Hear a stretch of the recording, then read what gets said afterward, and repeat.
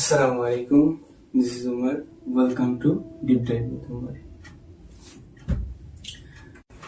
আজকের ক্লাসে আমরা ভূগোলের কিছু মজার বিষয় নিয়ে আলোচনা করব, যেমন আন্তর্জাতিক তারিখ রেখা, স্থানীয় সময় বা লোকাল টাইম, স্ট্যান্ডার্ড টাইম বা প্রমাণ সময় এবং টাইম জোনস। প্রথমে আসা যাক লোকাল টাইম বা স্থানীয় সময় সম্পর্কে। সহজ কথায়, আকাশে সূর্যের অবস্থান দেখে যে সময় নির্ধারণ করা হয় তাকে আমরা বলি লোকাল টাইম বা স্থানীয় সময়।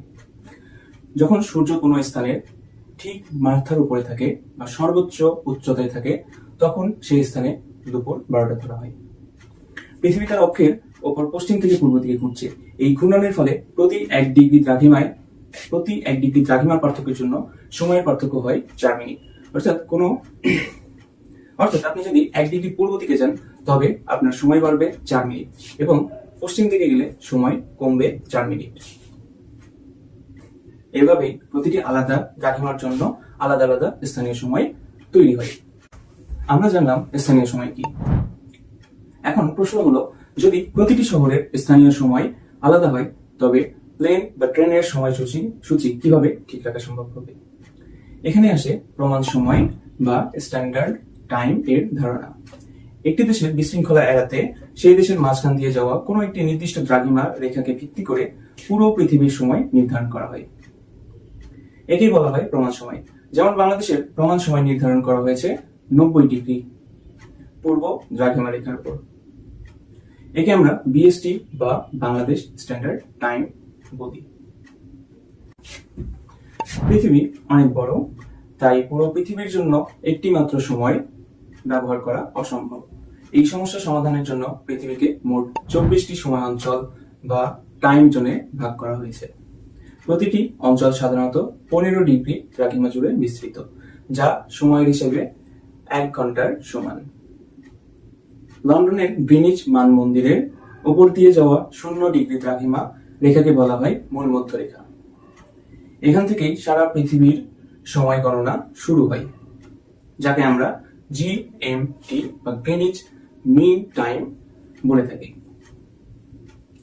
বাংলাদেশ এই রেখা থেকে 6 ঘন্টা এগিয়ে, তাই আমরা আমাদের সময়কে বলে থাকি UTC+6। এবার আসি সবচেয়ে রহস্যময় অংশে, আন্তর্জাতিক তারিখ রেখা। এটি 180 ডিগ্রি দ্রাঘিমা রেখাকে অনুসরণ করে প্রশান্ত মহাসাগরের উপর দিয়ে কল্পনা করা হয়েছে। এই রেখাটি পার হলেই তারিখ বদলে যায়। আপনি যদি এই রেখাকে পশ্চিম থেকে পূর্ব দিকে পার হন তবে আপনার ক্যালেন্ডারের থেকে 1 দিন কমিয়ে দিতে হবে, আর যদি পূর্ব থেকে পশ্চিমে আসেন তবে 1 দিন বাড়িয়ে দিতে হবে। মজার ব্যাপার হলো, এই রেখাটি কিন্তু সোজা নয়, বরং বেশ কয়েক জায়গায় আঁকা বাঁকা। কেন জানেন? কারণ এটি যদি কোনো দেশের ওপর দিয়ে সোজা যেত তবে একই দেশের এক পাশে সোমবার আর অন্য পাশে মঙ্গলবার হতে পারত। এই বিভ্রান্তি এড়াতেই রেখাটিকে সমুদ্রের উপর দিয়ে বাঁকিয়ে নেওয়া হয়। আচ্ছা, আবার চলে আসি পৃথিবীতে। আন্তর্জাতিক তারিখ রেখা। আমরা জানলাম আন্তর্জাতিক তারিখ রেখা পার হলে দিন বা 24 ঘন্টার পার্থক্য হয়, কিন্তু এটা কেন ঘটে?